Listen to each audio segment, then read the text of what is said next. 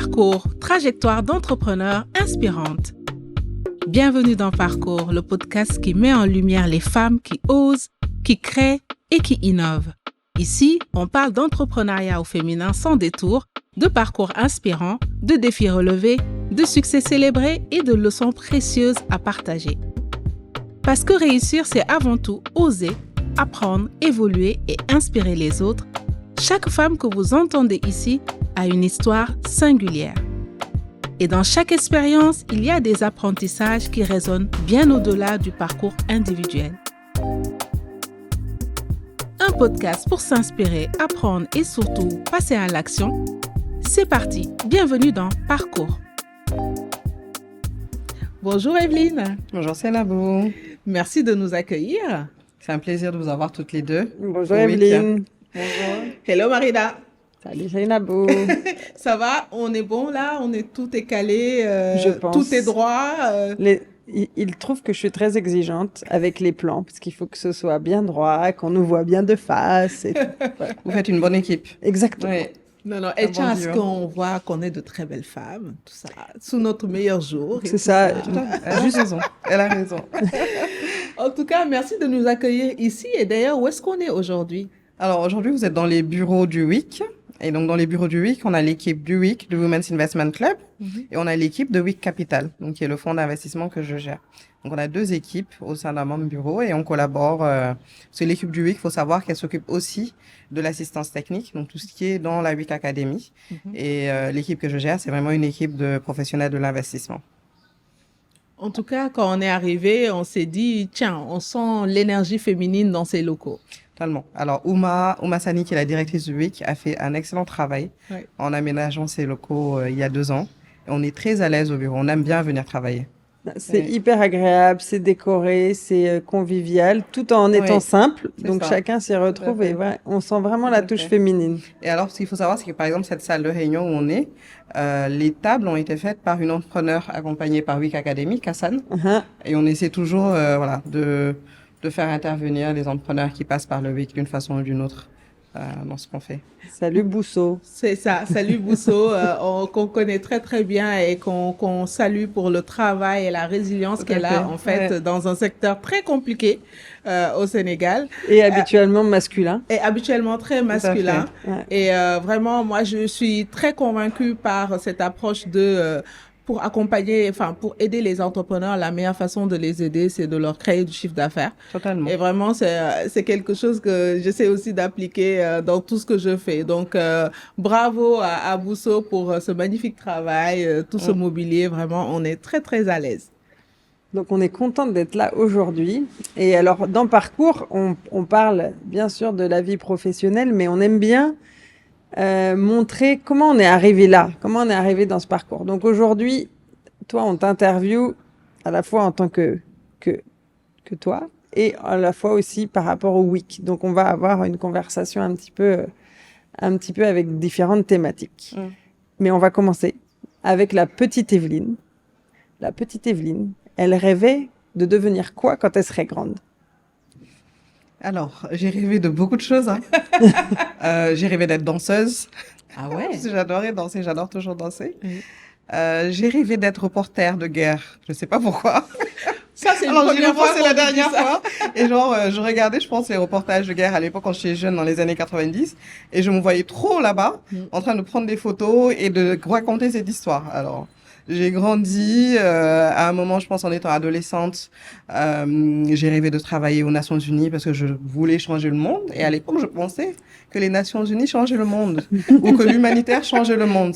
Et après, je l'ai quand même un peu testé dans mes études. Parce que quand j'étais étudiante, par exemple, j'étais présidente d'une association, c'était en France à l'époque, et on finançait des écoles au Burkina Faso. Ok. Et en fait, ça m'a pas dégoûté, mais ça m'a plus éloigné du monde humanitaire, on va dire. Et progressivement, j'ai construit plutôt une volonté d'impact, mais de façon plus soutenable, non plus dans le don, mais vraiment dans développer des entreprises qui vont être durables, qui vont créer de l'impact durable. Donc, voilà, j'ai eu une enfance assez intéressante, assez belle, dans une famille très unie, des parents extraordinaires. qui m'ont laissé être, en fait. Et la chose qu'ils me demandaient, c'était de bien travailler à l'école. Mais après, ils m'ont très vite entraînée à faire mes choix. Donc, mes choix de série, je me rappelle en 3e, quelle série il faut faire. C'est à toi de voir, ma chère. Qu'est-ce que tu veux faire? Quelle série tu veux choisir? Après le bac, quel type d'études faire? On m'a jamais forcé à faire quelque chose et ça m'a construit. Non, non, c'est vraiment quelque chose qu'on retrouve beaucoup dans les parcours. Cette notion, en fait, de se construire aussi à travers les expériences quand on est jeune, parce que c'est très compliqué, en fait, de se projeter, on se projette sur beaucoup de choses, comme tu viens de dire. Et souvent, la réalité est très différente. Et on voit, et c'est quelque chose que je pense qu'on devrait encore plus encourager au Sénégal, les immersions dans les entreprises quand on est jeune, parce que on rêve, on idéalise beaucoup de choses, on fantasme beaucoup de métiers et de parcours. Mais en fait, la réalité est tout autre. Et je pense que pour un adolescent qui se cherche, il n'y a rien de tel, en fait. Et puis, c'est tellement constructeur. C'est vrai. Tellement. C'est vrai. Et l'accès, une chose que j'ai apprise plus tard aussi, c'est l'accès à l'information pour les jeunes. C'est normal quand on passe le bac de ne pas savoir ce qu'on veut faire exactement parce qu'on n'a pas été en entreprise. Même après, pendant les études supérieures, je pense jusqu'à la licence, on ne sait pas vraiment ce qu'on veut faire. Et avoir cette opportunité de tester, de faire des stages, même de 2-3 mois pendant l'été, découvrir un secteur, se dire ça, c'est pas pour moi. Repartir, faire des recherches. Cet accès à l'information, là, il est important. Moi, j'ai grandi au Parcelles Assainies. J'avais la chance d'aller à Notre-Dame parce que ma mère était enseignante dans le privé catholique. Et donc, les enfants d'enseignants ne paient pas l'école. Et donc, étant enfant de classe moyenne, j'ai pu être dans les meilleures écoles à Dakar et ensuite à l'étranger. Et donc, avoir un peu cet accès à l'information. Mais la réalité, c'est que j'ai grandi avec d'autres personnes qui n'ont pas eu les mêmes informations que moi et donc avec des trajectoires un peu différentes, même si après, le destin d'une personne le rattrape quand même. Donc, c'est des gens qui vont quand même se retrouver à faire de choses magnifiques. Mais je me rends compte qu'à un moment donné, on n'a pas eu les mêmes informations et pas eu accès aux mêmes opportunités. Et donc, cet accès à l'information-là, il faudrait voir comment on le développe. En plus, dans une ère où, avec les réseaux sociaux, Internet, normalement, l'information se démocratise, mais comment on est de façon intentionnelle en train de montrer aux jeunes les différents parcours qui s'offrent à eux, les différentes opportunités qui s'offrent à eux. Totalement. Ça, c'est un point, je pense, à creuser. Totalement. Carrément. Il manque même des forums des métiers.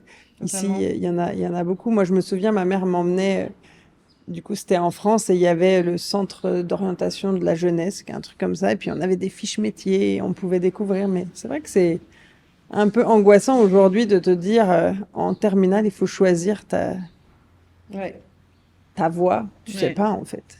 Moi, le conseil que je donne à mes neveux et aux jeunes, c'est, OK, déjà, je leur dis, qu'est-ce que tu as envie de faire? Parfois, ils vont te dire un truc A et un truc à Z, des choses qui n'ont rien à voir, et j'essaie de comprendre qu'est-ce qui les drive. Et puis, il y en a un, il me dit, non, moi, je veux juste quelque chose qui paie bien. Oui. Tu vois? Je veux juste un truc qui paie bien, etc. Clair. Mais en tout cas, le conseil que j'essaie de leur donner en m'inspirant de ma propre évolution, c'est, du coup, va dans une formation assez tronc commun sur les 2 premières années pour tester, découvrir. Et après, tu te spécialises. Moi, par exemple, j'ai fait des études littéraires. Hein. J'ai fait un bac L, mais j'ai fait un excellent bac L. Mais je suis allée faire L parce que je savais que j'avais un truc en plus sur les langues, sur le latin. J'étais bonne en maths et tout, mais je savais que j'avais ce truc en plus. Et je voulais avoir un bac avec mention très bien. Et donc, c'était ma stratégie. Je me dis, je vais faire ça. Mais pourquoi je le fais? Je savais que je voulais pas être médecin. Ou que je voulais pas faire, être astronaute ou faire une carrière super scientifique. Mais je savais déjà que bon, j'allais probablement travailler dans le monde des affaires et que cette trajectoire en L me permettrait de revenir sur ça. Et donc, c'est ce que j'essaie de dire aux jeunes, c'est, bon, si tu sais que tu as pas un appel sur quelque chose d'extrêmement pointu, peut-être va sur un début assez ouvert, apprends un maximum de choses, et après, une fois que tu auras un peu mieux identifié ta voie, tu pourras te spécialiser. Ouais. Non, c'est clair. Et ce que tu dis, c'est tellement vrai. Moi, je l'ai vécu avec ma fille que pendant longtemps, on savait pas trop quelle orientation en fait elle voulait prendre. Et un jour, elle me dit, mais moi, je veux juste gagner de l'argent. Et donc, ça simplifie les choses. Mais est-ce qu'elle a tort? Non, mais c'est ça. Et donc, ça simplifie les choses. Ça veut dire qu'il faut aller dans un parcours peut-être court où elle va trouver, où l'employabilité aussi est bonne, etc., où elle peut s'insérer rapidement. Et ça aide beaucoup. Et moi, j'ai envie de rester un peu sur ça rapidement. Tu fais un bac L et aujourd'hui, tu es dans l'investissement. On a l'impression qu'en fait, c'est quelque chose qui n'est pas très, tu vois, compatible. Comment tu te retrouves aujourd'hui dans l'investissement en partant d'un bac L? Alors, je pars d'un bac L. J'obtiens la mention que je voulais, parce que du coup, je l'ai préparée. Et donc, j'intègre le lycée Louis-le-Grand, une classe préparatoire. Oui. Donc enfin, là, la meilleure tu de quittes Dakar et tu pars à Paris. Voilà. Ah ouais, très Et tu sais prestigieux. que à l'époque, je sais pas s'ils le font encore, ils venaient à Dakar pour recruter. Ils prenaient 2 littéraires au Sénégal, 2 scientifiques et une personne en prépa éco. Et donc, voilà, donc j'ai été sélectionnée. Je suis partie à Louis-le-Grand. J'ai continué avec la littérature. Donc moi, jusque 3 ans après mon bac, j'ai fait du latin. Et j'ai fait de la littérature allemande et de la littérature anglaise. Incroyable. De façon très poussée. Oui, mais oui. Philosophie, etc. En prépa, lui, le grand, on sait ce que c'est. Donc, très, très c'était poussé. très poussé. Pendant 3 ans, donc, vraiment, littérature dans toutes les langues, littérature allemande, anglaise, littérature latine, philosophie, littérature, voilà, vraiment à fond. Mais est-ce que tu savais ce que tu voulais faire avec ça? Oui, parce que même dans l'entretien pour intégrer Louis-le-Grand, j'avais dit au proviseur, écoutez, moi, je me vois très mal intégrer l'ENS Ulm, qui est l'école nationale, voilà. Je me vois plus, et devenir professeur agrégé de lettres, etc. Moi, je veux être femme d'affaires. Tu vois, donc je lui dis ça, du haut de mes 16 ans et demi, 17 ans, de façon très franche. Et il me dit, oui, mais tu sais que maintenant, tu peux intégrer Sciences Po, tu peux intégrer les écoles de commerce à partir d'une prépa littéraire. Et donc, je passe les écoles de commerce, les concours d'écoles de commerce. Je passe aussi Sciences Po que j'ai pas eu. Et donc, j'intègre l'EDEC Business School. Et même en intégrant l'EDEC, dans ma tête, j'étais un peu dans les filières réservées aux littéraires. Parce qu'ils t'interviewent en te demandant si tu es intéressé par les RH. Il y avait ce qu'on appelait le management des affaires culturelles. Donc, c'est pour être gestionnaire de musées, etc. Je me dis, OK, why not? Et j'ai eu la chance un de mes cousins qui était en France à l'époque, qui travaillait à Alstom, qui me dit, bah, écoute, tu fais quoi cet été? Tu fais quoi pour ton année de césure? Parce qu'on avait toujours l'année de césure entre la 2e année d'école et la dernière année.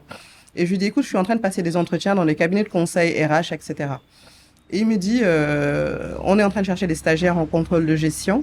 Est-ce que ça t'intéresse? Et c'est comme ça que je découvre la finance, en fait. C'est avec du contrôle de gestion. Et du contrôle de gestion en industrie.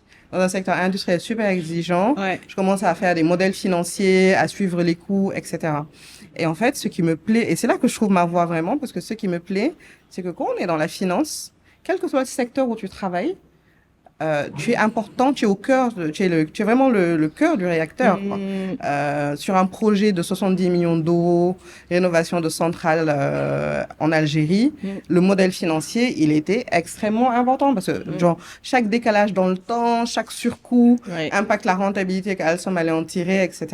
Et tu apprends énormément parce que donc toi, tu gères les projections financières, mais tu es en train de parler avec tous les ingénieurs qui ont un travail super pointu, mais tu as besoin de comprendre leur travail pour faire le tien et après impacter toute la boîte. Et donc, je fais 6 mois d'abord, ils me gardent 6 mois de plus, mais là, du coup, je devais aller à l'étranger. Ils m'envoient en Allemagne. OK. Et voilà. Et donc, et t'avais fait allemand, on se rappelle. J'avais fait allemand. Et là, voilà. Donc, je vais 6 mois, je suis à l'aise, je vais 6 mois vivre en Allemagne.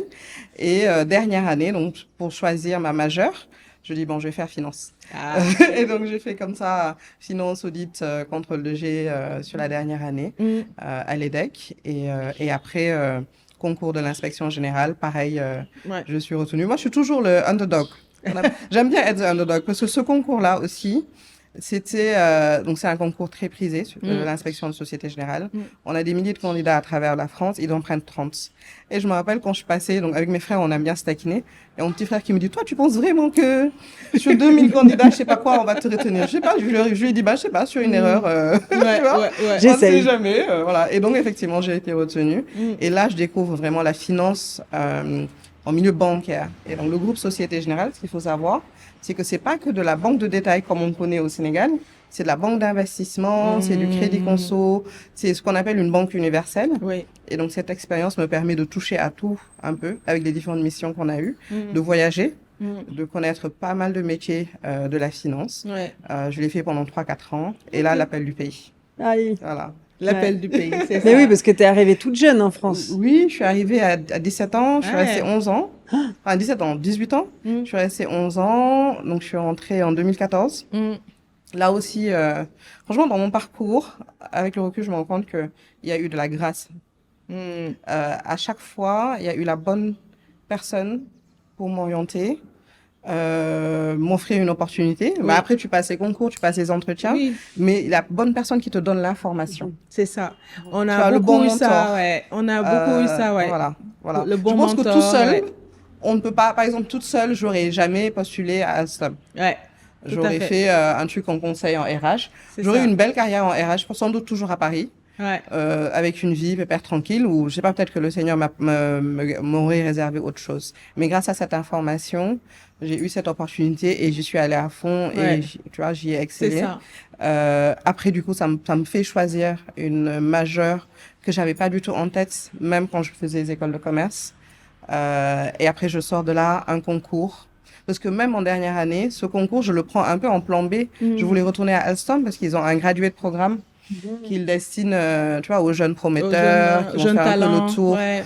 de leur filiale, etc. Et donc, moi, ça me parlait bien parce que j'ai toujours aimé voyager. Je me suis dit, bon, c'est un groupe industriel, j'aime bien l'industrie, etc.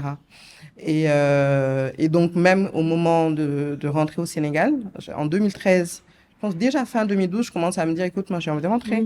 Et puis bon, c'est vrai que je commençais un peu à sortir avec mon mari actuel. Ah, Voilà. Et tu étais au Sénégal. Qui Et était au Sénégal. franchement, moi, je ne me voyais pas faire ma vie en France. Ouais, ouais. Hein. Pour moi, ma vie de famille, je voulais la construire au Sénégal, avoir mes enfants au Sénégal. Et donc, l'appel du pays devient plus pressant. Plus pressant, Ça, ouais. c'est d'un côté. De l'autre, mes parents aussi commencent à prendre de l'âge. C'est ça. Ils me disaient, à chaque fois que je venais en vacances, que je repartais, je pleurais parce que je les voyais tous les deux à la porte de la maison. Mais Et je me dis, mais ils ont fait 4 enfants, on est tous à l'étranger, Ouais. et ils vieillissent, il faut qu'on revienne. Ouais, ouais, ouais. Et donc, 2013, je me fais une liste d'entreprises au Sénégal. J'aime bien faire mes roadmaps Excel. Ça, j'aime. Je sors mon fichier Excel. Je me fais une liste d'entreprises où je pourrais travailler par rapport à mes compétences. Et je rajoute une colonne qui je connais dans ces entreprises ou qui je connais qui connaît quelqu'un dans ces entreprises. Et pragmatique. comme ça, je commence à tisser mon réseau, Ah ouais. tu vois, à parler à des gens, qui me présentent à des gens, etc. Et c'est comme ça que j'entends parler de la création du Fonds 6. Ça, c'était en 2013. Ah oui. Et donc, je rencontre Amadou lors de vacances ici. Il me dit, on va lancer un appel à candidature, postule. Donc là, pareil, je postule. Je suis retenue pour un poste de chargé d'investissement. Et donc, j'ai vraiment eu la grâce. Quand je rentre au Sénégal, j'avais 2 offres sur la table. J'avais Mazar, avec Taïbou, qui est quelqu'un que je respecte énormément, qui est extraordinaire, un bon mentor aussi, et l'offre du Fonds 6. Ouais. Et là, pour le coup, l'investissement m'intéressait bien. Je connaissais pas encore, j'avais travaillé un peu en finance. Le métier de conseil, je ne me faisais pas de soucis parce que c'était très similaire à ce que je faisais à l'inspection. Et j'ai rejoint le Fonds 6. Aventure. Et c'était un excellent moyen de rentrer parce que après 11 ans en dehors du pays, revenir sur une agence de l'État, qui se crée certes, mais une agence étatique quand même. On sait le rôle que le secteur public joue dans nos pays. Donc, ça te permet de savoir un peu tout ce qui se passe dans le pays, etc., etc. Donc, voilà comment je me retrouve dans l'investissement. Et pour la petite histoire, d'ailleurs, et pour dire que je pense que c'était un vrai appel, bien sûr, quand on est à la SG, on veut rentrer chez soi, on va d'abord parler à la SG locale. C'est ça. Et je me rappelle, lors de vacances, j'ai discuté avec le directeur des grandes entreprises à l'époque. Et donc, il regarde mon CV, on discute longtemps. Et il me dit, je vais pas te retenir pour le poste. Non. Il me dit, je vais pas te retenir pour le poste parce que je pense que c'est un poste sous-dimensionné pour toi. Je te vois plus aller travailler dans un fonds. Ah, carrément, il te dit ça. Il me dit ça. Et effectivement, j'avais pas réfléchi à des fonds, j'avais pas du tout regardé. Donc lui aussi, l'opportunité de regarder. sa petite Voilà, phrase-là t'a orienté aussi. Exactement. Non, en fait, c'est resté là. Ça m'a quand même, voilà, c'était un peu désagréable. Je me dis, bon, écoute, je suis dans l'inspection du groupe. Je veux même pas avoir un poste de chargé de compte, C'est ça. tu vois, à la SG. Et donc, ces petits rejets-là, ces petits noms, ils sont extrêmement importants dans un parcours parce que c'est ceux qui te Mais c'est les orientations, en fait. C'est un nom positif parce qu'il te dit que c'est pas voilà. la bonne place. Et ce que tu dis, en fait, c'est très intéressant parce que je discutais il y a pas longtemps avec une jeune entrepreneur. De temps en temps, on essaye quand même tu vois, on se reconnecte, tu vois. Et je me suis dit, bon, je l'appelle pour voir un peu, est-ce qu'on est toujours cohérent par rapport aux choses qu'on propose dans l'accompagnement? Et je dis, mais aujourd'hui, s'il y avait un truc que tu devrais retenir sur l'accompagnement, elle a 25 ans, pour accompagner les jeunes entrepreneurs, elle me dit le mentorat. Elle m'a dit, j'ai fait plein de programmes, mais les choses vraiment qui ont vraiment changé quelque chose, c'est le mentorat, d'avoir des personnes qui te donnent les bons conseils au bon moment. C'est vrai qu'on parle beaucoup de finances et on en parlera tout à l'heure, mais des personnes qui sont là, qui te disent une phrase, mais parfois, eux, ils se rendent pas compte de l'impact que ça a sur ta vie, mais c'est hyper important. Donc, parlons. Je pense autour de nous, comme tu le fais avec tes neveux et nièces. Enfin, dès qu'on a l'occasion, partageons quoi, nos expériences, nos connaissances, et puis prenons le temps d'écouter les gens, et puis avec bienveillance, quoi, de donner des conseils. Je pense que ça aide énormément. Et on va revenir sur cet aspect parce qu'on est au sein de la WIC. Et on sait à quel point la WIC est investie justement dans l'accompagnement à plusieurs niveaux. Et j'aimerais bien que tu nous dises d'abord comment tu arrives au WIC depuis FONSIS et nous présenter en quelques mots qu'est-ce que fait la WIC. Alors, au FONSIS, j'y suis de 2014 à 2019. En 2016, le WIC se crée avec Chaba, Madji, Tata Senabosek, Alassane Ouad, paix à son âme. Et je me rappelle Amadou Hotz, qui était notre DG à l'époque au FONSIS, était allé au lancement. Et à son retour, je lui disais, mais en fait, Amadou, tu devrais contribuer. Pour nous, toutes les femmes là du FONSIS, tu devrais contribuer les fameux 5 millions pour qu'on devienne membre du WIC. Je fais, ça doit être notre avantage là. Et il répond en rigolant, non, ça doit être votre propre investissement. Et voilà, ça aura d'autant plus de sens de savoir que ça vient de votre poche. Et donc, ça fait un chemin dans ma tête. Et je rejoins quand même le club en 2017 avec mes pauvres économies de charges et d'investissement à l'époque. Et voilà, c'était un plaisir pour moi d'entrer dans le club, de rencontrer des femmes que je voyais un peu de loin, certaines que je connaissais, d'autres que j'admirais en tant que, on va dire, j'étais assez jeune professionnelle. Et on commence à réfléchir à ce qu'on allait faire en club. Ce fonds qu'on voulait mettre en place, quelle taille ça devait avoir, quelle forme ça devait avoir. Et donc, on commence progressivement à structurer WIC Capital jusqu'au point d'être prête à le lancer en 2019. Juste pour expliquer à nos auditeurs qui connaissent pas forcément le WIC. Donc, l'idée, c'était de créer un club de femmes qui mettaient leur épargne ensemble, qui investissaient. Et le ticket d'entrée, c'était 5 millions, c'est ça? C'était 5 millions, tout à fait. Donc, chacune pouvait venir avec 5 millions et ça créait une épargne collective qui devait être investie dans l'entrepreneuriat féminin local. Et en fait, mais vraiment pour revenir sur l'histoire du club, ce qui a motivé les fondatrices et toutes celles qui ont rejoint, c'est en fait, en tant que femmes, à partir de nos positions de privilège, au lieu de nous plaindre tout le temps des problématiques de l'entrepreneuriat féminin, qu'est-ce qu'on peut faire concrètement pour move the needle, pour changer la donne? Et donc, cet investissement de 5 millions initial, plus l'accompagnement technique que nous allions offrir, le mentorat et voilà, l'ouverture de nos réseaux, parce que dans le WIC, c'est des femmes qui ont entre 20 et 25 ans d'expérience professionnelle dans différents secteurs, qui sont extrêmement généreuses avec ces réseaux pour celles qui sont accompagnées. Je me rappelle que la WIC m'a donné l'opportunité de faire mes premiers pitchs.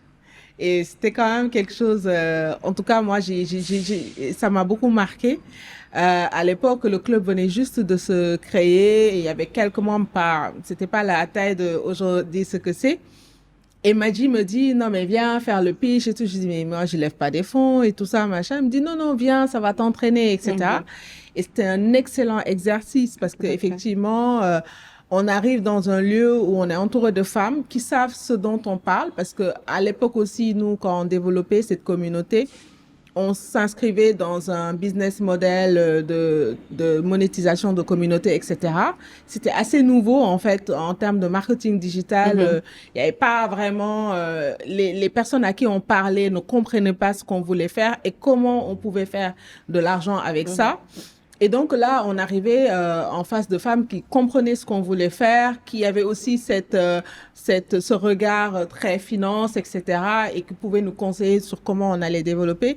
Et nous, ça nous a vraiment aidé à faire, en tout cas, à shifter et à recadrer un certain nombre de choses. Et depuis d'ailleurs, on parlait de mentor, je rigole à chaque fois avec Magie en lui disant, tu me dois 2 heures par an. Donc, chaque année, j'essaye de la caler pendant 2 heures. Tu n'es pas exigeante, ça va, 2 heures. Oui, mais c'est un peu de l'advisory, tu vois, un peu. Une fois par an, on se cale 2 heures, on se pose, mais vraiment 2 heures où on se parle, où est-ce que j'en suis, je lui dis où est-ce que je suis, etc. Plus en fait ce côté, voilà, shadow, où elle me donne quelques insights par an, mais c'est hyper important, hyper important. Tout à fait. Et je pense que d'avoir créé cet espace-là, ce club, déjà, je pense que ça a rassuré beaucoup de femmes de se dire qu'en fait, on est légitime à vouloir chercher de l'argent, venir pitcher, etc., etc. Et aujourd'hui, en fait, à quoi ressemble ton activité au quotidien? On a suivi la belle aventure de Oui, qui est devenue aujourd'hui une référence. À quoi ressemble ton activité au quotidien aujourd'hui? Alors, au quotidien, en tant que gestionnaire de fonds, parce que mon quotidien, je suis membre du WIC, mais je suis devenue vraiment la gestionnaire du fonds lancé par le WIC. C'est beaucoup de discussions avec les investisseurs, parce qu'on est aussi bien les investisseurs de notre premier fonds que ceux avec lesquels on va travailler dans le cadre du deuxième fonds qu'on est sur le point de lancer. C'est beaucoup de temps avec les équipes sur le portefeuille existant. Parce qu'il faut savoir qu'aujourd'hui, on a un portefeuille de 9 entreprises dans lesquelles on a investi entre 2020 et 2024. Okay. Donc, donc faut suivre. C'est des calls très réguliers avec les entrepreneurs. De temps en temps, des visites terrain. J'ai une équipe qui est très hands-on avec eux et souvent des points directement avec l'équipe pour essayer d'adresser les problématiques éventuelles qui ne manquent pas d'arriver. On sait comment c'est difficile de faire des affaires au Sénégal. C'est aussi beaucoup d'opérations en tant que gestionnaire de fonds. Donc, les opérations, c'est toute la comptabilité, c'est toute l'analyse d'impact. Parce qu'on est un fonds d'impact avant tout. Quand on investit dans une PME, c'est pour qu'elle se développe, mais c'est aussi pour qu'elle génère un impact durable dans l'écosystème, que ce soit en termes de création d'emplois, ou autre. Est-ce que c'est la première fois qu'il y a un fonds qui a été dédié à l'entrepreneuriat féminin? On est les premiers. Au Sénégal ou... Et même en réalité, quand je regarde l'Afrique anglophone, nous, quand on se créait, au Nigeria, il y avait Rising Tide qui était un réseau d'angels. On avait regardé ce qu'ils faisaient, on s'est lancé. Et puis, dans la même année ou un an après nous, il y a un autre fonds gender qui s'est lancé qui s'appelle Arua Capital Management, qui a aujourd'hui fait un excellent travail aussi au Nigeria. Mais vraiment, on est les premiers à avoir dit, à être aussi intentionnels. Parce que beaucoup de fonds avant nous, ou même maintenant, on te dit qu'ils ont une optique genre, mais ils vont regarder par exemple l'emploi des femmes plutôt. Nous, on se dit, on veut pousser le leadership féminin. La vision du WIC, vraiment, c'est de faire émerger des championnes. Parce que quand on s'est lancé, et le constat est toujours le même, on a beaucoup d'entrepreneuriat féminin, mais c'est toujours micro et petit. Et d'ailleurs, quand on parle d'entrepreneuriat féminin, on va toujours penser qu'on va aller sur des petits tickets, sur de la microfinance. Et après, il y a un vide. Et après, quand on regarde les grosses entreprises, il y a très peu d'entreprises dirigées par des femmes, ou pas, ou presque pas. Donc, comment on fait? Donc, nous, toute notre stratégie, on l'a designée pour se dire, OK, cette petite entreprise aujourd'hui, qu'est-ce que je lui apporte pour qu'elle puisse devenir grande entreprise, donc soit dans la période d'investissement où je suis là, ou même après ma sortie. Donc, c'est du capital, c'est de l'assistance technique et c'est nos réseaux d'affaires. Le capital, pour nous, l'equity, la prise de participation, elle est essentielle. Déjà, c'est un gros besoin pour l'Afrique. Pour nos PME. Aucun pays dans le monde ne s'est développé sans une offre massive d'equity. Les fonds propres, c'est nécessaire. C'est du capital patient, c'est du capital intelligent. Patient parce que on peut offrir des pertes de grâce et rester assez longtemps sans toucher du cashback, ce qu'une banque ne ferait jamais. Et surtout, le fait qu'on soit vraiment hands-on. On va pas les gérer, bien sûr, l'entreprise, mais les points réguliers qu'on fait, cette obligation de reporting, ça permet de pérenniser l'entreprise, la mise en place de la gouvernance. On offre aussi énormément d'assistance technique, donc des missions de consultants sur des sujets spécifiques. Par exemple, quand on voit que les ventes peinent à se développer, se décoller comme prévu, c'est très vite de l'assistance technique dans ce domaine. Ça nous est arrivé d'offrir des missions d'operating partner. Ça, c'est quand on se rend compte que l'équipe a du mal à exécuter vraiment, mettre une équipe d'experts c'est des managers d'intérim qui vont vraiment venir appuyer, mais dans une logique de transmission de compétences, quoi. Donc, il ne s'agit pas seulement de financer, il s'agit d'accompagner sur tous les aspects qui peuvent aider l'entreprise à grandir. Est-ce qu'il y a une différence, ou enfin, j'imagine qu'il y a, mais quelle différence tu vois, toi, sur l'entrepreneuriat fait par les femmes par rapport à l'entrepreneuriat fait par les hommes? Et quels sont leurs besoins spécifiques? Alors, on nous a tellement challengé qu'on a lancé Week Capital. Les gens me disaient, mais pourquoi vous dites que vous allez financer des entreprises de femmes? Une entreprise, c'est une entreprise. Pourquoi vous voulez avoir ce focus? Mais la réalité, c'est que ce que la femme entrepreneur vit, l'homme entrepreneur ne le vit pas. Et la façon dont sa vie impacte son business, je l'ai pas vu chez les hommes entrepreneurs. Moi, toute ma carrière, j'ai fait que du financement d'hommes, en réalité. Au Foncis, on finançait que des hommes à l'époque. Il y avait même pas de femmes dans le pipeline. Et Elle postulait pas? Elle postulait pas, elle n'était pas forcément à la taille, parce que Foncis, à l'époque, on faisait minimum 300 millions d'investissements, et c'était avant les WeFund, FIR. Maintenant qu'ils ont mis ces fonds, il y a des femmes dans le pipeline. Et donc, déjà, quand tu dis que tu vas chercher des entreprises dirigées par des femmes, ça t'oblige à descendre un peu, et aller chercher vraiment les micros et les petites. Et on a eu cette intentionnalité-là sur le fonds 1, de se dire, on va offrir de l'equity à des TPE. La TPE, c'est l'entreprise qui fait moins de 100 millions de chiffre d'affaires par an. Et on a investi vraiment dans des entreprises très early stage, certaines qui faisaient 30 millions, certaines qui faisaient 40 millions, d'autres 60. Et on a mis de l'equity, on a mis de la T qu'il fallait. Donc ça, c'était vraiment la première intentionnalité qu'on a eue avec ce fonds 1.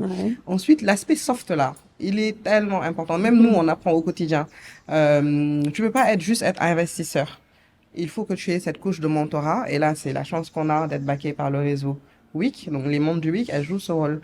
Par exemple, pour chaque entrepreneur financé, on va identifier dans le réseau une mentor avec une expérience similaire, même si c'est pas exactement dans le même secteur. Ça peut être une expérience entrepreneuriale, etc., qui peut partager et donner ses conseils. Et enfin, au niveau du board, on a aussi une autre membre du WIC qui apporte, elle, l'expertise et qui joue le rôle... un rôle un peu plus mais est-ce que c'est des besoins dans la spécifiques que vous avez identifiés pour les femmes entrepreneurs, qu'elles avaient plus besoin de ces... Moi, c'est ça que je voudrais voir, c'est quelle différence tu vois, justement, toi, Totalement. Elles ont vraiment besoin de cet aspect soft. Et c'est 100% sur l'ensemble du portefeuille. Et je pense que tu peux pas investir dans l'entrepreneuriat féminin sans couvrir ce besoin. Au moins essayer. Ce n'est jamais parfait. Mais voilà. Et ça, le feedback qu'on a pour le coup du portefeuille, c'est que c'est important pour elles, cet aspect un peu humain, cette couche humaine, sans rentrer non plus dans le pathos parce qu'on reste investisseur. Et c'est important pour les gens dont on gère l'argent de rester investisseur, mais apporter cette couche-là qui permet d'accompagner dans la difficulté, c'est important. On a eu des gens qui ont vécu des divorces. Et ça, du coup, pouvoir en parler, c'est important. On offre du coaching, et ça, c'est un autre aspect. On prend systématiquement 6 mois de coaching pour l'aspect développement personnel. Au début, c'était vraiment pour accompagner dans une transition dans la posture de dirigeante. Et finalement, ça a aidé à adresser des problématiques plus personnelles. On a eu des burn-out. Et ça aussi, j'en viens toujours à l'impact que la vie personnelle a sur le business des femmes entrepreneurs. Quand on traverse quelque chose de difficile dans nos ménages, dans nos foyers, on voit direct que nos business en souffrent parce qu'on a tendance à faire beaucoup de choses dans nos entreprises. Et ça, vraiment, je pense que les hommes, c'est pas qu'ils souffrent pas chez eux ou qu'ils n'ont pas aussi des problématiques personnelles, mais honnêtement, sur les 5 dernières années, j'ai l'impression que ça les impacte beaucoup moins, que les femmes sont beaucoup plus impactées que les hommes, honnêtement. C'est l'impression qu'on a aussi, hein. Oui, totalement. Et mais c'est normal aussi, tu vois. Normal. Pour moi, c'est pas une faute de la femme, c'est que on est dans des sociétés où on attend beaucoup de choses de la femme, qu'elle soit chef d'entreprise, quel que soit son rôle, on va toujours attendre qu'elle soit aussi une superbe maman, qu'elle soit aussi une superbe épouse, une belle fille, une fille, et qu'elle soit présente à tout le niveau. Et on n'est que des êtres humains. C'est vrai qu'on a un potentiel spécial. Moi, je suis convaincue que la femme a un potentiel spécial, mais on attend énormément de nous, donc c'est normal. Et donc, faut quand même qu'on puisse mettre les mécanismes en place pour accompagner ça. Et que les femmes aussi, entrepreneurs, sachent très vite renforcer leur middle management. Hein? Aujourd'hui, moi, dans ma vie de chef d'entreprise, mon objectif, c'est que Week Capital puisse fonctionner sans moi. Et donc, les femmes entrepreneurs, celles du portefeuille, je leur dis ça aussi. Il faut que quand tu es fatigué, tu puisses juste être off. Mais pour le faire, ça veut dire qu'il faut que tu aies une bonne équipe qui continue le business. Ton business n'est pas toi. Tu vois, tu n'es pas ton business et ta valeur ne vient pas de ton entreprise. Totalement.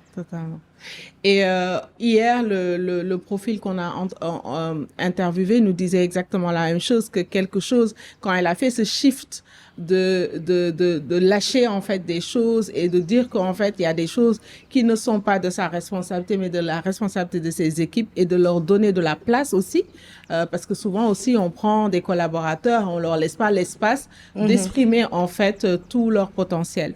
Et ça, je pense que aussi c'est peut-être un peu féminin des fois c'est notre bébé et donc voilà, on le lâche pas et on a l'habitude de gérer tellement de choses qu'en fait on a tendance à continuer quoi. C'est ça. Mais on s'use. On s'use. Nous, ce dont tu parles, ça résonne beaucoup et je crois qu'on a déjà même eu la conversation par rapport à ça, de savoir en fait moi, je me pose toujours la question de qu'est-ce qui manque quoi. Et même nous, dans nos programmes, on se challenge maintenant, on les amène dans des sentiers, hors des sentiers battus parce qu'on se rend compte qu'en fait, les hard skills, c'est pas compliqué en soi, en fait. Ou sinon même, l'assistance technique peut permettre, en fait, de répondre à ça.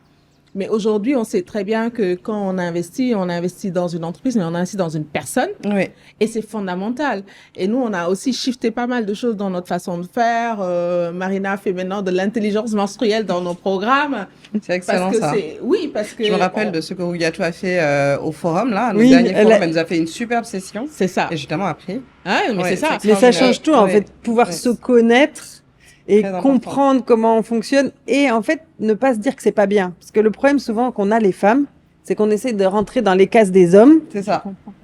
Et quand on prend conscience qu'il y a des spécificités et c'est pas mal ou bien, c'est juste c'est des spécificités et si on les regarde et qu'on les prend en compte comme vous faites avec le WIC, bah du coup c'est là qu'on avance quoi. Tout à fait.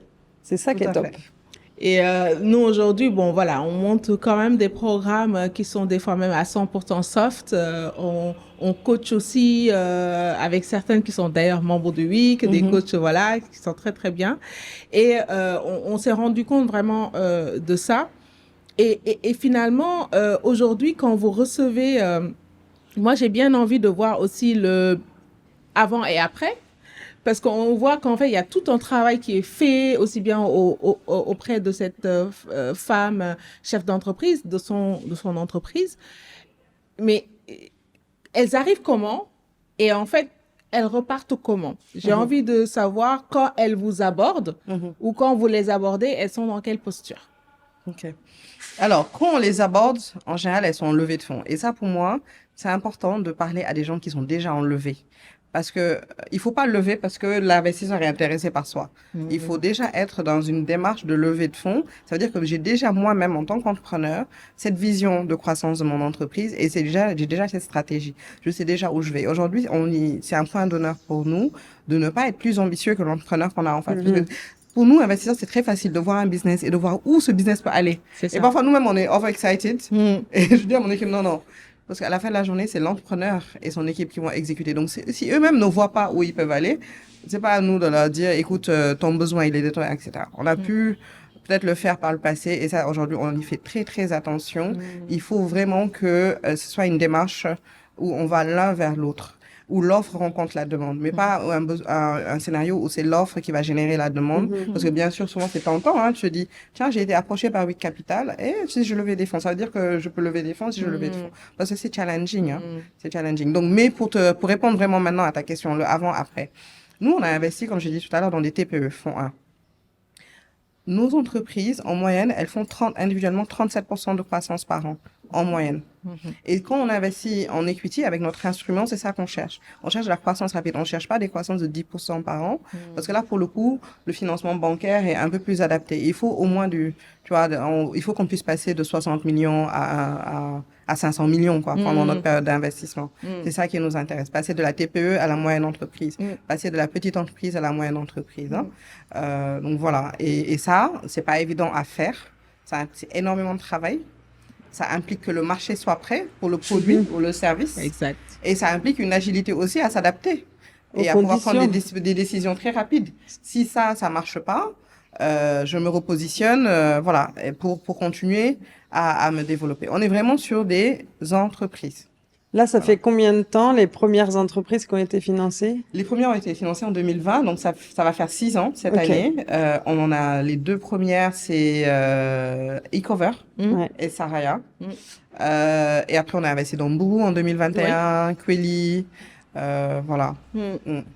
Et aujourd'hui, avec ce recul, vous avez un recul aussi bien sur la constitution du fonds, sur l'accompagnement et l'investissement auprès de ces femmes.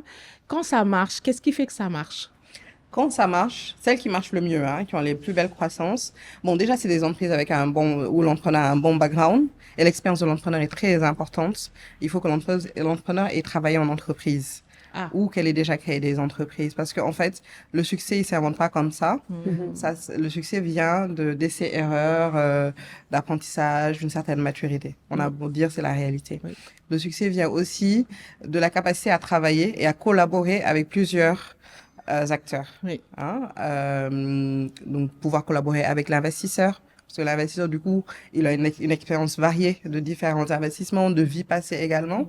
Donc, pouvoir être à l'écoute de ça et être preneur et demandeur. Les meilleurs entrepreneurs, c'est celles qui vont te fatiguer pour demander des conseils. Elles vont t'appeler à X time juste parce qu'elles sont en train de prendre une décision et elles veulent tes inputs. Oui. Par contre, celles qui veulent travailler dans leur coin, là, c'est plus difficile, quoi. En fait, c'est dommage pour moi d'avoir un investisseur et un réseau et de pas le leverager et de se mettre en porte-à-faux. Mais ça révèle plutôt d'un mindset et d'une peur. Ouais. Et c'est là où le coaching va jouer. Exactement. C'est là que le coaching joue un rôle. Et c'est là qu'aussi notre choix et notre sélection est importante au moment du sourcing. Ça aussi, c'est une leçon apprise. Aujourd'hui, dans notre processus de sélection, on va faire beaucoup plus attention à l'humain et aux problématiques de santé mentale. On a beau le dire. Voilà, faut qu'on fasse attention à ça et qu'on l'intègre dans notre tri, parce que la vie d'un entrepreneur, elle est difficile. D'un entrepreneur qui a des investisseurs, elle est encore plus challenging et encore plus exigeante. Donc, il faut qu'on ait des gens qui peuvent tenir, en fait, après ça et vraiment collaborer. Autre facteur de succès, c'est, pour moi, ce que je dis toujours, it takes a village. Yeah. C'est quand on a 8 Capital, qu'on a le BMN, on a la DPME, on a tous les acteurs de l'écosystème en place qui sont ensemble pour appuyer telle entreprise. Là, on voit vraiment du résultat. Et autre facteur, et qui est extrêmement important pour nous dans notre fonds 2, c'est la diversification. Donc, nous, on va chercher des entreprises qui exportent ou qui sont sur le point d'exporter, parce que le marché sénégalais, my God, il est difficile en ce moment. La consommation est en berne. Ouais. Et du coup, je suis très, très fière de notre portefeuille parce que même entre 2023, les émeutes, les machins, elles ont toutes été en croissance. Et le Covid, parce que vous avez eu le Covid. Oui, on a investi pendant Covid. C'était difficile. Et ces entreprises, elles ont continué de croître, peut-être à des rythmes plus bas que ce qu'on avait imaginé, mais elles ont continué de croître chaque année. Donc, certaines plus bas, d'autres ont eu d'excellentes croissances, d'autres plus moyennes. Mais bon, c'est ça aussi dans un portefeuille. Il y a les super performants et les moins performants. C'est ça. Voilà. On a aussi pris une casse. Ça aussi, c'est la vie d'un investisseur et on anticipe. Voilà. On espère ne pas en avoir d'autres ou de façon très limitée. Mais bon, c'est pareil. Et qu'est-ce que vous allez changer, du coup, sur le fonds 2? Alors, fonds 2, je disais tout à l'heure, on avait été très intentionnel sur les TPE. On est obligé de lâcher les TPE. Il faut pas lâcher les TPE. On va aller sur les PME. Parce que donc ces entreprises, elles sont développées, elles ont eu de la croissance, mais pas aussi rapide. Et le challenge, c'était vraiment aussi, la taille ne permet pas d'avoir l'équipe qu'il faut. Et donc, beaucoup de choses continuent quand même de reposer sur l'entrepreneur. Tout à fait. Et il faut des équipes. Mais une boîte qui fait 60 millions, 70 millions de chiffre d'affaires, elle ne peut pas avoir un super RAF. C'est ça. Elle ne peut pas avoir, tu vois, un super responsable commercial, etc. Donc, l'idée, c'est de partir sur des entreprises qui font au moins 100 millions de chiffre d'affaires et qui vraiment sont sur des trajectoires de croissance, mais qui n'ont pas le capital qu'il faut, parce que la réalité, c'est que ces entreprises-là, on voit des entreprises qui font 200 millions, 300 millions. Quand elles vont à la banque, peut-être elles peuvent avoir un prêt, mais c'est 25 millions, 50 millions. Ouais. Donc ça ne finance pas la croissance. Tu as besoin quand même d'un beau ticket pour augmenter significativement ta production, recruter quand même un peu de talent, faire des campagnes marketing, parce que le go-to-market est super important sur les modèles d'affaires qu'on cible. Donc vraiment, on part sur des entreprises un peu plus grosses. On reste sur le genre, parce que c'est notre intentionnalité, même si on aura une petite flexibilité de peut-être investir dans des entreprises avec des hommes, mais qui travaillent avec des femmes entrepreneurs sur leur chaîne de valeur. Par exemple, une entreprise qui fait de la transformation, mais qui travaille avec des GIE ou qui travaille avec des PME comme fournisseurs. Donc, avec l'idée de se dire, si cette entreprise scale, ces TPE-là qui sont sur sa chaîne de valeur vont devenir petites, moyennes entreprises. C'est ça. Hein? Qu'est-ce qui change d'autre? L'équipe. Il faut des entreprises avec un middle management, ne serait-ce même petit.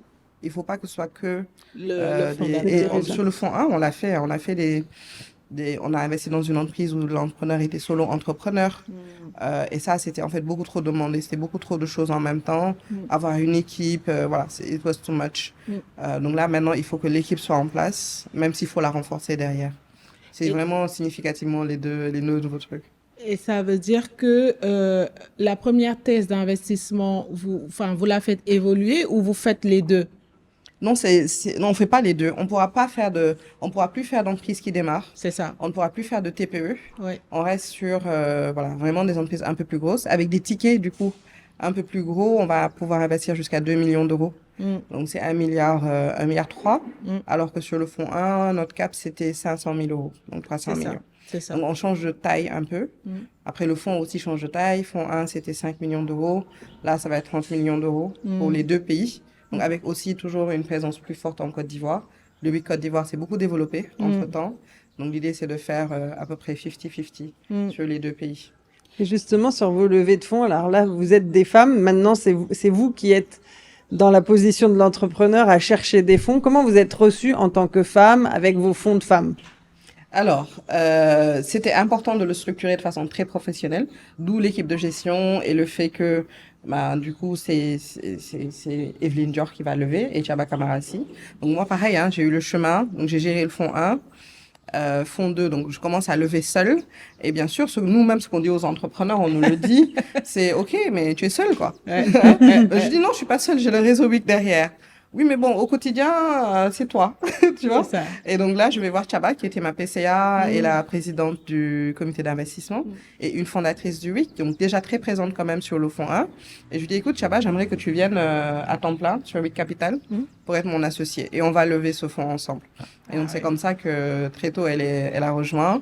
Et donc, on a levé ce fonds en tant qu'associés toutes les deux. Et donc, dans ce cas, et donc, tu te positionnes, tu es l'entrepreneur des allocateurs de capital, hein. Et nous, nos investisseurs, c'est ce qu'on appelle les DFIs, les institutions de financement et de développement. C'est des fondations, c'est des fonds de fonds. Oui. C'est des sociétés d'assurance. C'est tous les gros, capitaux, quoi. Oui. Et donc, quand tu y vas, ce qu'on pitch dans un fonds, c'est la thèse d'investissement, c'est la stratégie. Donc, nous, notre thèse, c'est libérer le potentiel des entreprises dirigées par des femmes. En apportant du capital, de l'assistance technique et les réseaux. Comment je le fais? C'est la stratégie. Je fais des tickets de X à X, je fais de l'equity, je fais du compte courant associé. Voici comment je me rémunère, comment je m'assure que j'ai le retour. Voici les secteurs que je cible à telle proportion. Et donc tout ça, faut bien l'articuler. Donc par exemple, nos secteurs d'activité, on a fait un weighting de l'impact possible, de la possibilité de rentabilité, de la disponibilité de pipeline dans nos pays et des risques.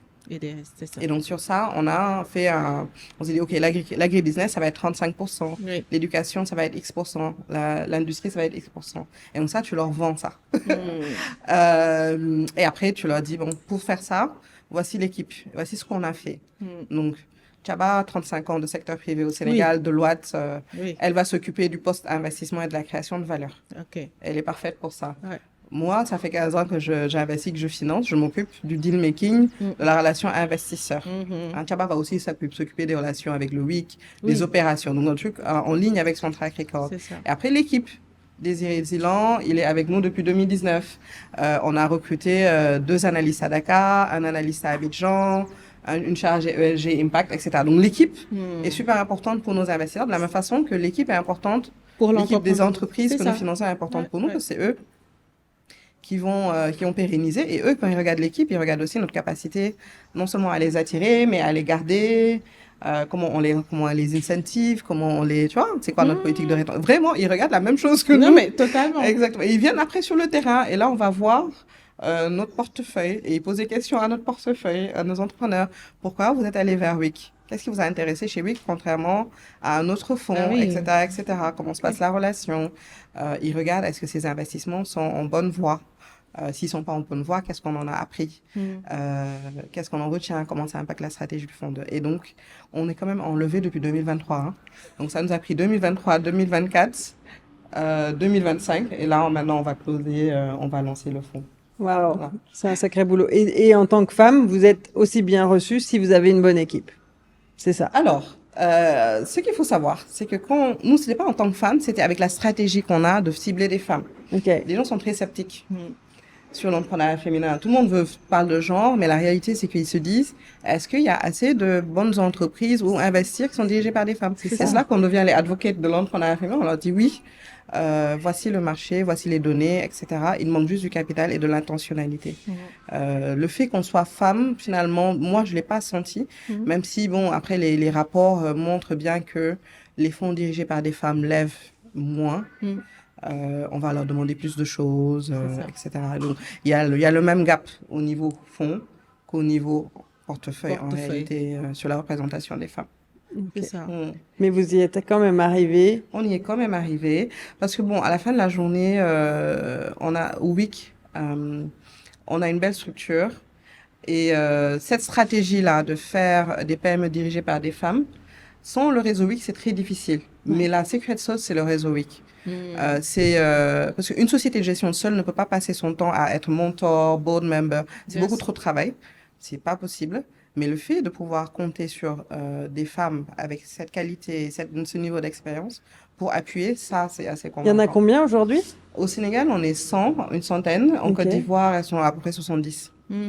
Et c'est fermé ou pour les personnes que ça intéresse? C'est pas fermé, on continue de prendre des membres. On peut toujours venir et devenir membre. C'est toujours 5 millions? Oui, mais c'est même plus parce que c'est 5 millions au début, mais il faut aller jusqu'à 11 millions. Tu as mentionné, en fait, dans vos pitchs, quand vous allez rencontrer les investisseurs pour chercher des fonds, qu'ils vous posent plein de questions, qu'ils vous demandent, qu'ils se posent vraiment la question du potentiel, etc. On parle souvent des femmes comme quoi elles sont souvent dans les mêmes secteurs, les mêmes activités, qu'elles font toutes la même chose. Moi, je le vois beaucoup, notamment en région, où bon, elles sont toutes dans la transformation, etc. Donc, il y a vraiment cette question d'innovation. Peut-être, j'imagine que ça aussi, vous l'intégrez pour amener en fait des comment dire, pour permettre à l'entrepreneur justement d'aller sur cet effet multiplicateur assez intéressant. L'innovation peut accélérer ça. Et je voulais savoir en fait de ton expérience, est-ce qu'il y a encore des secteurs un peu vierges ou des domaines où en fait les femmes n'y vont pas trop alors qu'en fait elles pourraient prendre beaucoup plus de place et se créer beaucoup plus d'opportunités à accéder au financement? Oui, enfin, elles sont très présentes sur l'agribusiness. C'est pour ça que nous, ça va être 35%, ça va être le plus gros poids du portefeuille. Très peu présentes sur des activités purement industrielles. Sur la santé, par exemple, en tant qu'entrepreneur, on les voit pas tant que ça, alors c'est un de nos secteurs cibles, mais elles y sont. Et du coup, nous, notre challenge en tant que gestionnaire de fonds, c'est d'aller dégoûter les quelques femmes là qui sont dans ces secteurs, qui nous intéressent, qui sont impactants. Et voilà, qu'elle soit vraiment dans cette optique, en espérant qu'elle soit déjà dans la levée de fonds, soit vraiment dans cette optique de fundraising. Mais oui, clairement, que ce soit au Sénégal ou en Côte d'Ivoire, on est largement représenté sur l'agribusiness. On pense aussi à beaucoup de secteurs qui ont un potentiel de structuration, une fois structuré, qui pourrait aussi décoller, notamment la cosmétique. On a beaucoup d'entrepreneurs qui sont dans la cosméto, mais qui sont pas encore, voilà, à ce niveau-là où on peut retrouver leurs produits un peu partout dans le monde. Parce que c'est de ça dont on parle. On parlait du Sénégal, enfin, c'est un quartier de Lagos, quoi, Sénégal. C'est pas un marché. Donc, vraiment, le marché, c'est d'avoir des produits qui potentiellement s'exportent et qui ont ce potentiel d'exportabilité et d'aller chercher, en fait, ces marchés étrangers. Et je pense qu'aussi, des fois, c'est pas mauvais de se dire c'est ça qu'on sait faire, faisons-le encore mieux. C'est ça. Voilà. C'est des secteurs où on a beaucoup de valeur ajoutée, hein, la cosméto, l'alimentaire même. Je pense on sous-exploite largement le potentiel de nos entrées sur ce domaine-là. Sur la cosmétique, on a misé sur en fond 1, et moi je pense vraiment qu'elle a énormément de potentiel, c'est les laboratoires Arbre de Vie. Et nous, ce qu'on a beaucoup aimé dans son modèle, c'est que, elle mise aussi sur le fait qu'il y ait tant de marques cosmétiques, parce qu'elle leur vend de la matière première, et elle produit en marque blanche. Donc, elle produit pour quelques marques qu'on connaît sur le marché. Ça et donc, aussi, ça, c'est c'est un un modèle bon aussi modèle. à scaler. Donc, on a investi, elle a un laboratoire vraiment top-notch, très moderne. Et aujourd'hui, on est en train de l'appuyer sur la partie go-to-market pour augmenter significativement ses ventes. Mais elle, par exemple, d'année en année, elle double son chiffre d'affaires, quoi. Ah oui. Et elle est très, très à l'écoute, extraordinaire. Et franchement, elle fait de super, super produits. Si jamais vous voulez lancer une marque cosmétique, c'est la bonne pour produire. Bravo. Moi, je me tâche, je vais peut-être lancer une marque cosmétique. C'est bien. Et justement, depuis quelque temps, je me pose des questions sur les spécificités aussi des business féminins. Et j'ai l'impression que ce qui est intéressant, c'est justement ces business qui font d'autres business qui travaillent sur toute la chaîne de valeur. Parce elle a sa marque, mais finalement, elle fournit de la matière première, elle a son labo, elle fournit en marque blanche. On a vu hier Nogai qui, a fait ses salons, mais aussi la formation, maintenant la distribution de produits.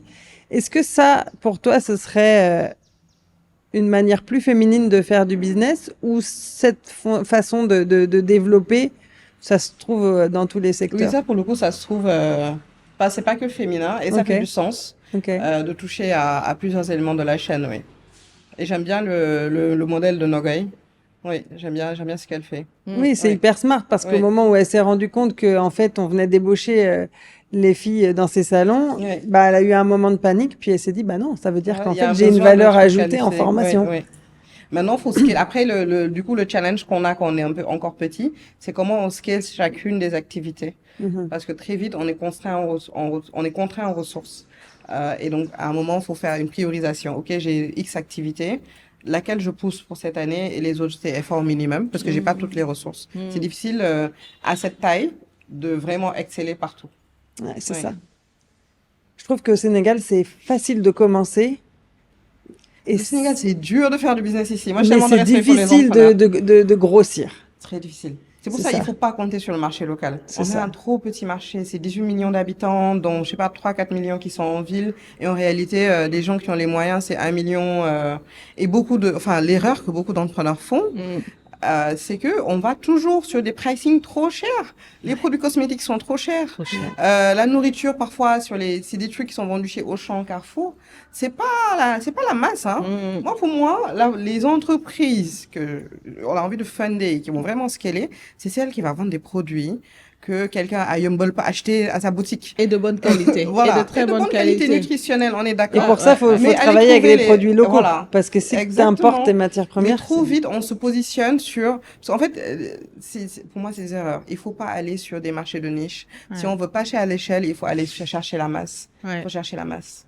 Comme je dis, il faut faire du Ikea pour tout. Mais oui, moi quand je regarde par exemple un brioche doré, genre je vais voir de la famille à Pékin, je vois brioche dorée tout le temps remplie, il y a tout le temps du monde, les gens achètent leur gâteau là-bas, etc. C'est ça qu'elle a compris. C'est des idées de business. Bah oui. Oui, il faut aller vers le peuple. C'est ça. Tu vois, c'est pas les gens qui habitent à Mermoz.e qu'il faut servir forcément.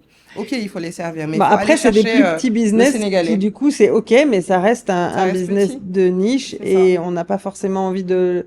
C'est ok aussi de pas vouloir faire grandir son business. Oui, mais c'est un choix. C'est un choix, voilà. Que du coup, ça limite sa capacité de passer à l'échelle. C'est ça. Et quand on regarde toutes les belles histoires, moi j'adore l'histoire de Bagoré avec la laiterie du berger. Pour moi, c'est le rôle modèle en termes d'impact, entrepreneur à impact. Comment il scale, c'est qu'il est distribué quand même partout. Hein. On le trouve à la boutique, on le trouve dans les grandes surfaces, etc. Donc c'est des produits qui adressent la masse. Ok, il y a les produits à travers le Club Chosan qui étaient distribués. Bon, maintenant c'est devenu une entreprise à part. Mais du coup, quand tu te rends compte que ce produit est trop cher pour la masse, ok, tu fais une distribution en B2C comme ils le font. Mais pour scaler, tu sais que c'est la masse, quoi. Tous tes process sont adaptés à ça. Tu fais du marketing pour la masse, tu fais des produits qui te coûtent pas trop cher à faire, qui restent quali et qui sont accessibles pour la masse. Donc pour moi, c'est vraiment... À chaque fois, je lui dis son histoire. C'est incroyable. Il faut qu'il la raconte plus parce que c'est un vrai modèle pour... et puis, il fait pas 50 000 produits. C'est ça. Il fait du yaourt. Ouais. Et avec une chaîne de valeur qui, je pense que c'est ça aussi sa force, une chaîne de valeur qui intègre en fait la réalité de toutes ces personnes qui sont impliquées dans cette chaîne de valeur. Quand on voit comment elle a structuré la filière laitière là-bas, où en fait, il a répondu à des besoins primaires des éleveurs en comprenant qu'en fait, aujourd'hui, peut-être que le paramètre d'intéressement, c'est que leurs enfants aillent à l'école, etc., et qu'ils mettent en place tout ce système-là autour. C'est fabuleux. Oui, c'est fabuleux. Et je pense que on a encore beaucoup de travail à faire, notamment sur ces chaînes de valeur. On a eu en invité Sénar, Sylvie, sur l'arachide et les cajous. Et en fait, c'est ça, sa bête noire, en fait. C'est vraiment la chaîne de valeur, l'approvisionnement, les stocks, etc. Oui. Et pour ça, je sais pas s'il y a quelque chose qu'on puisse faire pour aider dans ça, parce qu'on voit souvent que c'est ça le problème aussi majeur, indépendamment du marché. Des fois, le marché, il est là, etc., mais on touche juste pas de produits, en fait. Effectivement, sur l'agroalimentaire, un des vrais challenges quand on est dans le passage à l'échelle, c'est l'appro. L'appro, qu'on fasse des jus, quel que soit le produit qu'on a, l'approvisionnement. Pour moi, ça, c'est plus... et ça qu'on a besoin en tant qu'écosystème aussi de nous mettre ensemble. C'est il faut du financement à la base, mais du financement catalytique du coup. Il faut que nos États puissent intervenir aussi très massivement au niveau de cette base pour permettre ensuite à l'industriel et à l'activité de transformation de sourcer localement des produits de qualité. Mais oui, ils ont tous ça. Hein. Souvent, d'ailleurs, ils sont très bien, les entrepreneurs sur ces chaînes de valeur. Souvent, ils se mettent ensemble. Je sais que sur la chaîne Cajou, ils ont une alliance même africaine. Donc, ils se mettent ensemble, ils savent un peu où sourcer, etc. Donc ça, pour moi, ce type de problématique, c'est à adresser en groupe. C'est ça. Et c'est justement une question que je voulais te poser. La collaboration, c'est pas quelque chose qui s'apprend forcément à l'école. C'est pas quelque chose qui s'apprend forcément même dans les écoles de commerce. Mais en fait, aujourd'hui, j'ai l'impression que c'est une vraie clé. C'est nécessaire. Et comment est-ce que vous accompagnez les femmes que vous avez dans votre portefeuille à collaborer? Alors, nous, on a vu qu'elle collaborait, hein. Elle discute. Je sais qu'on a créé un groupe déjà, Niveau Capital, mais je sais qu'il y a un groupe sans nous aussi, hein, où ils échangent, ils se partagent les fellows, les opportunités. Quelque chose qu'on a pu faire que cette année, en fin 2025, on a fait notre première retraite de portefeuille, et c'était super. C'est Dabou en plus qui a animé cette retraite. C'est super parce qu'on a fait à chaque fois sur les problématiques que eux ils rencontrent, des petits groupes de travail, et après des choses en sont nées, ils se sont dit qu'ils vont travailler ensemble sur tel sujet. Donc, c'est comme ça, en fait, que tu fais de la collaboration. Au niveau Week Academy, qui accompagne beaucoup plus de femmes, aussi, je sais que la collaboration est vraiment encouragée. Tu vois, il y a des gens qui vont se mettre ensemble pour produire quelque chose, pour sourcer, etc. Et ça, c'était aussi une des volontés qu'on lançait Week Academy en 2020. On a encore 2 dernières questions avant de clôturer notre échange. Tu parles justement, Marina te parle de la collaboration. Je pense qu'en fait, il y a des choses, des critères qui font que voilà, une personne, que ce soit homme ou femme, en tant qu'entrepreneur, ait toutes les chances, en tout cas, de réussir sa levée de fonds et sa relation avec l'investisseur. Aujourd'hui, si tu avais peut-être, tu nous as cité Bagoré, mais qui n'est pas dans votre portefeuille. Aujourd'hui, sur votre portefeuille, ce serait quoi, en fait, si tu avais à citer quelques figures inspirantes qui ont vraiment les qualités de personnes qui peuvent porter des entreprises, qui peuvent passer justement à l'échelle, ce serait qui, par exemple? Toutes celles qui sont dans le portefeuille, elles ont le potentiel de passer à l'échelle. Hein. On a investi récemment dans Esteval, je sais pas si vous connaissez Esteval. Bah oui. Du coup, avec un super duo que j'appelle le frère et la sœur. Très sérieux, très posé, très réfléchi. Ils sont là depuis longtemps. Ils sont là depuis longtemps, beaucoup de persévérance et très ouverts au conseil. Ils pourraient se dire, écoute, nous, on le fait depuis 40 ans, ce truc. Mais c'est ça. C'est vrai. Genre, on sait plus que vous. Ils ont été très pionniers, justement, excellent, sur la distribution de masse des jus locaux. C'est ça.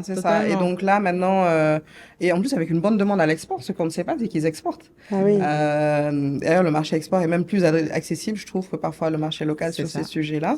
Donc pour moi, ça, c'est une entreprise totalement scalable. Et on espère raconter l'histoire de la laiterie du berger avec cette entreprise-là, quoi. Ah, génial. Et on en a une en Côte d'Ivoire qui est exceptionnelle aussi. Fémi, elle fait des palettes en bois. Ok. sur la chaîne de valeur bois, menuiserie industrielle. Et elle, déjà, on a trouvé une entreprise super carrée, très carrée. Comptabilité bien tenue, très formelle. Et donc, post-investissement, c'est normal que ça suive son chemin, sans sans grosse inquiétude, quoi. Ouais. Et comme on est dans parcours, est-ce qu'il y en a qui ont vraiment un parcours impressionnant que tu aimerais citer là aujourd'hui? Je pense qu'une de nos belles, dont on est très fiers, c'est Isse de Mbourou, qui a fait un super travail qu'on a investi dans Mbourou. Elle venait de démarrer en 2020. Elle faisait, je pense, 50 millions, 60 millions de chiffre d'affaires. Aujourd'hui, je pense qu'elle est, elle a multiplié ça par 8. Ouais. Bien sûr, avec des challenges, développer une entreprise rapidement, c'est très difficile, mais vraiment un très, très beau parcours. Mais elle, par exemple, c'est l'exemple de l'entrepreneur qui est aussi très demandeuse. Elle nous fatigue. Moi, elle me fatigue. Elle m'appelle. Mais très demandeuse toujours d'input, qui travaille avec tout l'écosystème. Je pense qu'elle a eu de l'accompagnement d'un peu tout le monde. Donc ça, c'est une belle trajectoire. Quelqu'un qui est parti aussi avec une grosse volonté d'impact. Et ça aussi, c'est très spécifique des femmes. En général, quand on entreprend, on y va toujours pour de l'impact. C'est pour laisser une trace au-delà du retour financier. Totalement. Et on l'encourage à maintenir cet impact-là au niveau de Ngaparo. Voilà. C'est une très, très belle... Coucou un Isse, très bel et exemple. puis coucou Ngaparo. Nous, on a de la chance, on est à côté. Donc... Ouais, nous, elle nous a abandonnés. Mais ça, c'était un très bon choix de sa part aussi. Totalement. Ce que je disais tout à l'heure, il faut savoir prendre des décisions très vite, Exactement. se recentrer et repartir. Non, je confirme, un très, très beau parcours. Ouais. Et tu parles justement de cet écosystème avec qui elle travaille énormément. Aujourd'hui, en fait, comment cet écosystème, il vous permet de faire un travail de qualité et sur qui vous vous appuyez pour justement, parce que vous faites pas tout. Oui. Donc, comment, en fait, Wix s'appuie sur cet écosystème? Alors, sur le sourcing, on s'appuie beaucoup sur les autres. Et encore plus d'ailleurs sur ce fonds 2, parce qu'on va aller chercher vraiment les meilleurs. Et donc, nous, c'est aller parler aux cabinets de conseil, tous ceux qui accompagnent, leur dire, OK, voici nos critères. Vous avez sans doute des entrepreneurs qu'on ne connaît pas, qu'on n'a pas vus. C'est le bureau de mise à niveau qui fait un super travail, je trouve. À des PME également. Parce que, en fait, je vise toujours le réflexe de l'entrepreneur sénégalais, c'est d'aller voir l'État, souvent. Donc, l'État a une connaissance très pointue et très poussée de l'entrepreneuriat et connaît des entreprises que sans doute nous, on ne connaît pas. C'est les banques. Souvent, les banques, elles nous appellent pour chercher du pipeline, parce qu'elles aussi, elles veulent financer des femmes, mais elles trouvent pas. Donc, parfois, elles nous appellent pour dire, OK, est-ce que vous avez financé ou accompagné des entreprises de femmes qui seraient intéressées par un prêt? Donc, c'est vraiment tout le monde. Tout ce qui est accompagnement, tout ce qui est offre de financement, parce qu'on peut cofinancer, gouvernement. Voilà.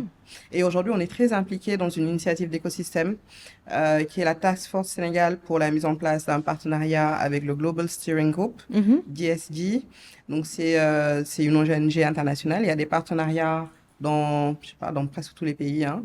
Et l'objectif, c'est vraiment de pousser l'investissement à impact dans le Sénégal en définissant ensemble les priorités du pays et en ayant ensemble des initiatives d'écosystème. Et donc, We Capital est assez impliqué dedans. C'est tous les acteurs, c'est des entrepreneurs à impact, des fonds, la demande de capital, les accompagnateurs, c'est aussi tout ce qui est PTF, la coopération. Le gouvernement pour tout ce qui est policy making. Donc, ensemble, on va définir des choses à faire. Moi, je pousse beaucoup pour le sujet de l'amorçage. Il faut qu'on ait une vraie offre. Je t'en ai parlé une fois. Il faut qu'on ait une vraie offre, mais massive, de financement d'amorçage sans attendre de rentabilité. Tu vois, des entreprises qui font 50 millions, 30 millions, c'est quand même difficile de leur faire de l'equity parce que le travail est énorme pour aller à 500 millions. Mais je pense que ces entreprises peuvent accéder quand même à des tickets jusqu'à 50 000 euros de prêt à taux zéro ou de mini-subventions à voir avec de l'accompagnement. Parce que pour moi, il faut toujours coupler avec l'accompagnement, pas que l'argent. L'argent seul, ça marche pas. L'accompagnement seul, c'est compliqué aussi. Mais les deux ensemble, pour permettre à ces TPE de devenir au moins des petites entreprises, d'adresser certaines problématiques de base, de formalisation, pour pouvoir ensuite accéder à du capital comme le nôtre et passer là à l'échelle. Donc, je pousse beaucoup pour ce sujet d'écosystème. On est avec des partenaires internationaux, une poche suffisante. Et c'est ça qui nous permettra aussi d'être plus inclusifs. On parle que de Dakar dans l'offre de capital parce qu'effectivement, c'est là qu'on a les plus grosses entreprises, les mieux formalisées. Mais une offre d'amorçage pourra impacter largement les régions. Totalement. Moi, en novembre, j'ai fait une formation, mais je me suis éclatée. C'était pour le PNUD, les femmes de toute la région Casamance, Ouais. sur l'offre de financement, les différents modes de financement. Elles ont adoré, Oui. elles ont tellement appris. Elles étaient sur des projets, mais tellement bien. Et je suis sortie de là, mais je me suis dit, mais elles, il faut leur trouver du financement. C'est ça. Mais il leur faut des prêts à taux zéro, parce que c'est des choses qui peuvent se développer. Et du coup, justement, une femme aujourd'hui qui se lance dans l'entrepreneuriat, quel conseil tu lui donnerais par rapport au financement? Par quelles étapes elle doit passer, à quel moment? Quand on se lance dans l'entrepreneuriat, peut-être ne réfléchit pas encore au financement. Ok. Le focus, c'est l'entreprise que je suis en train de lancer, qu'est-ce que je veux en faire, quelle est ma vision et comment j'arrive à cette vision. Et il faut absolument générer le bon track record, c'est-à-dire pouvoir montrer que le marché, qu'il y a un marché pour ce que je veux faire, pour mon service, pour mon produit. Okay. Et donc, ton premier focus, ça doit être de vendre. Vendre. Le meilleur financement, c'est le chiffre d'affaires. Le meilleur financement, c'est le chiffre d'affaires. Le meilleur financement, c'est le chiffre d'affaires. Le financement, c'est qu'un moyen. Et souvent, on traite ça encore comme l'objectif. J'ai levé des fonds. Waouh, j'ai levé des fonds. Mais en fait, non. Les fonds te permettent d'aller plus vite. Okay. Et donc, pour moi, quand on se lance, c'est vraiment comment je fais du chiffre. Et après, effectivement, il faut leverager les outils qui sont dans l'écosystème. On a la chance au Sénégal, on a un super écosystème. C'est pas pareil en Côte d'Ivoire. Ouais. L'implication de l'État, les agences étatiques qu'on a, faut aller prendre le support qui est disponible à la DPME. Faut aller prendre le support plus tard qui est disponible au bureau de mise à niveau. On peut lever un peu de fonds. Il y a la microfinance qui est là, à ne pas sous-estimer. Surtout quand on est sur des cycles très courts. Je pense que la microfinance, c'est assez utile et ça te permet de si générer on fait des poulets chiffres. Ou des trucs comme ça. C'est ça. Faut prendre, mais en fait, faut être sûr que sa marge couvre le coût. Et en général, ça le couvre d'ailleurs. Voilà, c'est vraiment ça. Commencer seul avec les moyens qu'on a. Après, grâce au track record, on peut aller chercher l'aide. Parce que, encore une fois, et ça je le dis toujours, l'argent n'est pas un problème. C'est les projets. Nous, on est plusieurs à financer là maintenant. Et là, j'ai dit, on va avoir 30 millions, c'est 20 milliards. Donc, on va chercher comme ça les projets. Mais vous allez voir, ça va être difficile d'aller trouver ces 8 entreprises qui vont pouvoir absorber. Donc, l'argent n'est pas un problème. L'argent est là. Maintenant, c'est... les entreprises qui sont prêtes, Exactement. Qui sont au bon moment. Voilà. Donc, on commence par chercher du chiffre d'affaires. Et le track record, pour expliquer, c'est qu'il faut qu'on suive et qu'on ait des preuves de l'évolution de notre entreprise. C'est ça que l'investisseur... Il faut formaliser. Voilà. Et donc ça implique de formaliser. Et souvent, les entrepreneurs ne comprennent pas ce qu'on entend par là, juste d'avoir un cabinet comptable, et ils laissent les chiffres au cabinet. Mais sauf que non, les chiffres qui sont produits, c'est pour toi, c'est pour monitorer, c'est pour suivre la performance de l'entreprise. Un entrepreneur qui ne sait pas combien de chiffre d'affaires il fait par mois, est-ce que son activité est saisonnière ou pas, combien il marge sur ces différents produits. Et c'est souvent le cas, je n'invente pas les trucs. On parle souvent. Oui, tout à fait. Voilà, je fais, j'ai 2-3 produits. Le produit A, il marge combien? Le produit B, il marge combien? Le produit C, il marge combien? Ça, c'est les trucs de base à savoir. C'est pas, quand on vous dit d'avoir de la comptabilité, c'est pas juste l'affaire de la compta. Ça, c'est tellement important. Parce que les chiffres permettent de monitorer. Si aujourd'hui, en tant que chef d'entreprise, j'ai les 3 différentes marges, je vois que sur le produit C, en fait, ma marge brute, elle est que de 10%, alors que sur le produit A, j'ai une marge de 50%. Quel produit je dois pousser? C'est ça. Mes efforts, je les mettrai sur le produit A, plutôt que sur le produit C qui me mange de la ressource plutôt qu'autre chose. Voilà. Moi, ce que je retiens, on arrive à la fin de notre échange, et ce que je retiens de ce que tu viens juste de dire d'ailleurs, c'est vraiment ce mot intentionnalité des deux côtés. C'est-à-dire que l'entrepreneur doit intentionnellement vouloir lever des fonds pour les bonnes raisons et être prêt pour ça, et intentionnellement aussi mettre ce qu'il faut, jouer le jeu en fait de ça pour aller jusqu'au bout. Et les investisseurs aussi doivent être intentionnels sur le fait qu'ils veulent accompagner les entrepreneurs pour mettre en fait des véhicules d'investissement qui soient adaptés, qui répondent aux besoins, etc. Et on voit comment vous, en fait, sur la thèse d'investissement de départ, vous évoluez et vous vous adaptez et c'est quelque chose de totalement assumé.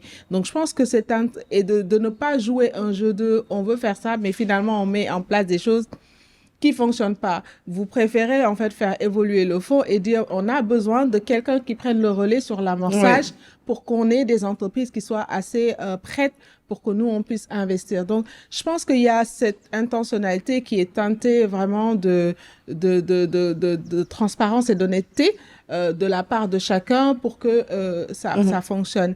Et en fait, je le dis souvent, on le voit souvent avec beaucoup de femmes, on en a accompagné aussi beaucoup.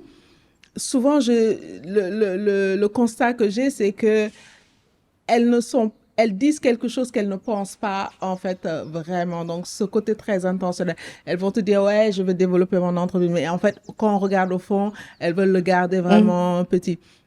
Ou elles vont dire, je veux lever des fonds. Mais au fond, elles ont cette peur d'intrusion, voilà, etc. Et finalement, de partager tout cela, ça permet, au fond, qui a un intérêt, qui a vu, en fait, le potentiel que l'entrepreneur peut-être ne voit pas encore, de mettre en place tout ce qu'il faut pour l'accompagner. On a vu le coaching, tout ça qui est fait.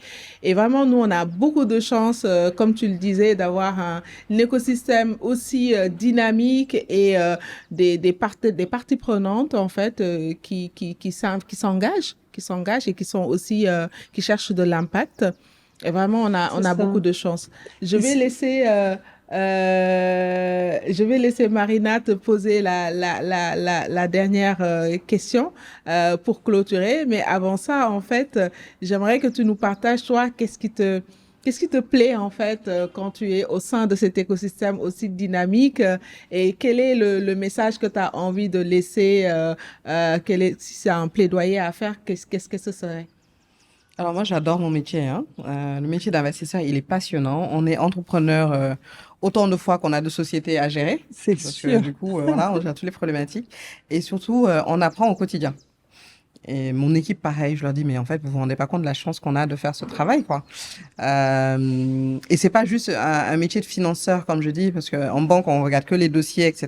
Et puis ça passe d'un service à l'autre. Nous, on est sur toute la chaîne, de l'octroi à l'exit, à la sortie d'un investissement. Donc c'est vraiment passionnant. Moi, ce qui me drive, c'est l'impact. C'est vraiment, de pouvoir dire ces petites entreprises-là, elles sont à telle taille aujourd'hui, et puis en moins de 5 ans, une entreprise peut créer 20 emplois. Ça, c'est concret, quoi. C'est concret. Et des salaires moyens au-dessus de la moyenne nationale, de voir l'évolution du chiffre d'affaires, ça, c'est de la richesse contribuée à notre pays.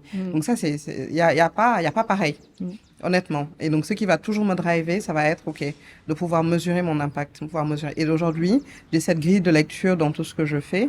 Même faire un podcast, tiens, genre, pourquoi je vais donner X minutes de mon temps? Est-ce que ça impacte? Est-ce que ça n'impacte pas? Totalement. Ça impacte, j'y vais.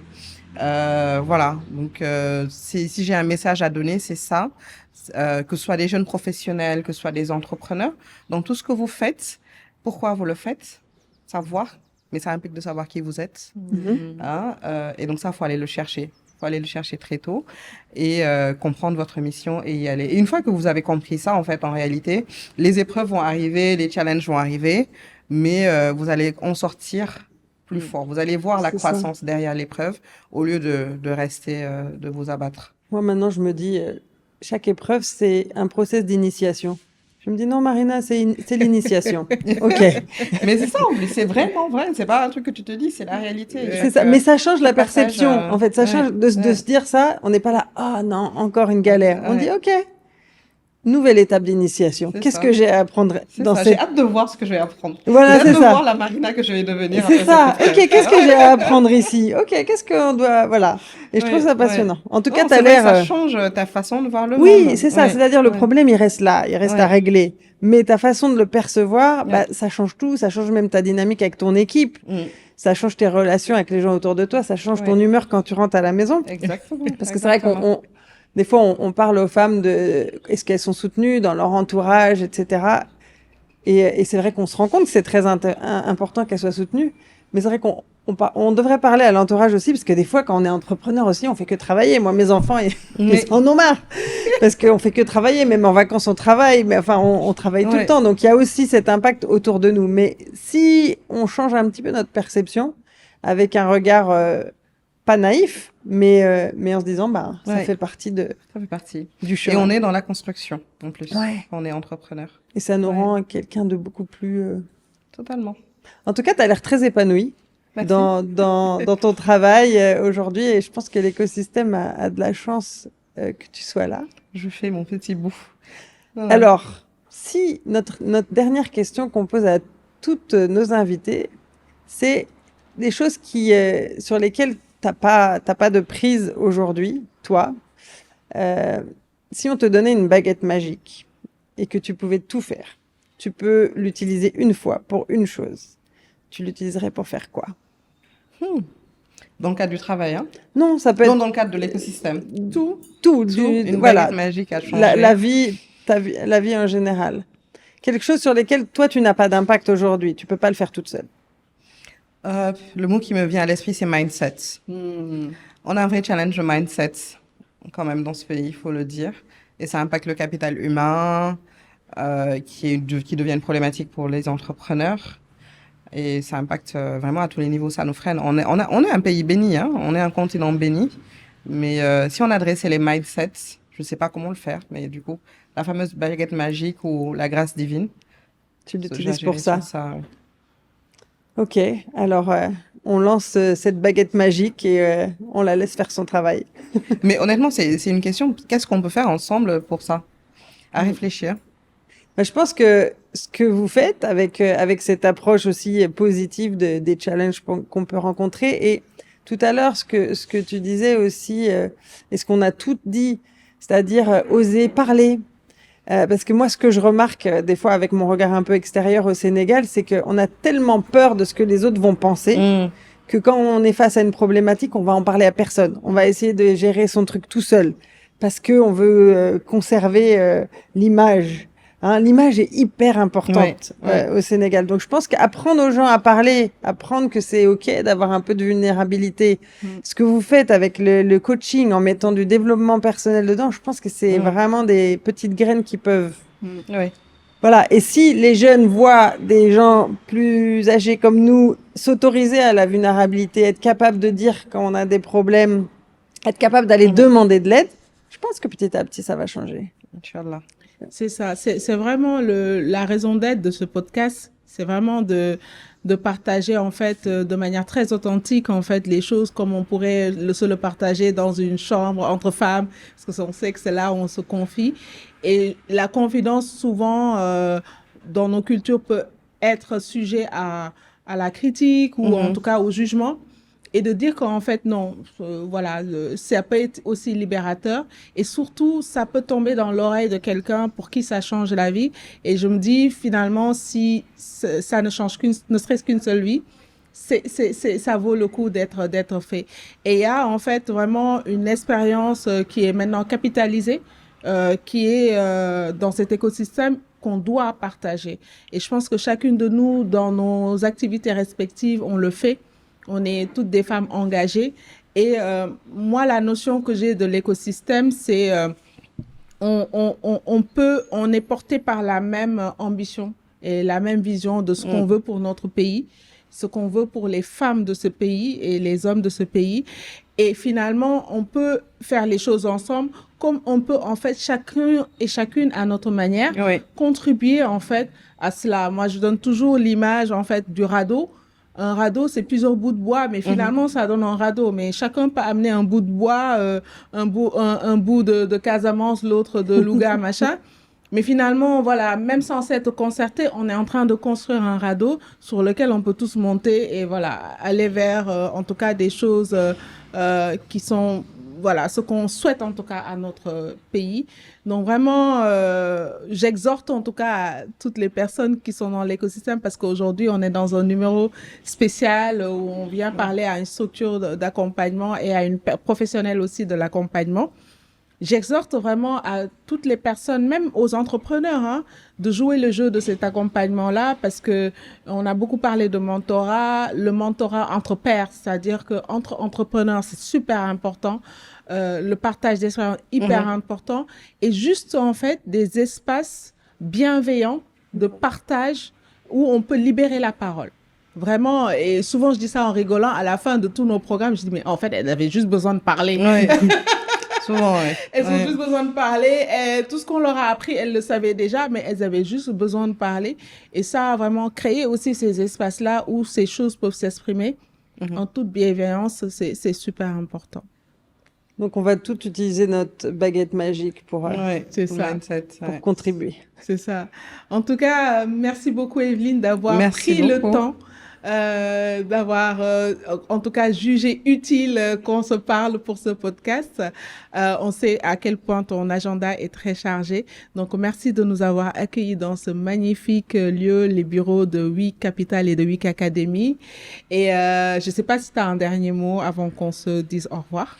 Merci à vous pour l'intérêt, la mise en lumière aussi de ce qu'on fait. Moi, je vous encourage, parce qu'effectivement, vous contribuez aussi à cette éducation, à ce changement de mindset, à massifier aussi l'information. Donc, bravo, continuez. Avec SEO aussi, voilà, je t'encourage vraiment très fortement. Tu vas investir dans SEO un jour? Est-ce que c'est investissable? C'est pas un business. On va discuter en off. Après, quand tu feras de moi le prochain Mazar de l'accompagnement ou le prochain de la... Non, mais... You never know. You never know. Mais clairement, il y a des opportunités de collaboration qu'on pourrait pousser parce que l'accompagnement soft, là, oui, il est important. Sur la base, oui, il y a des choses à faire. Merci beaucoup. En tout cas, c'était passionnant. Et puis, on a hâte de voir les prochaines pépites du WIC. C'est ça. Merci de nous avoir écoutés pour ce parcours spécial structure d'accompagnement. Et on se retrouve très bientôt pour un parcours de structure d'accompagnement tout aussi inspirant.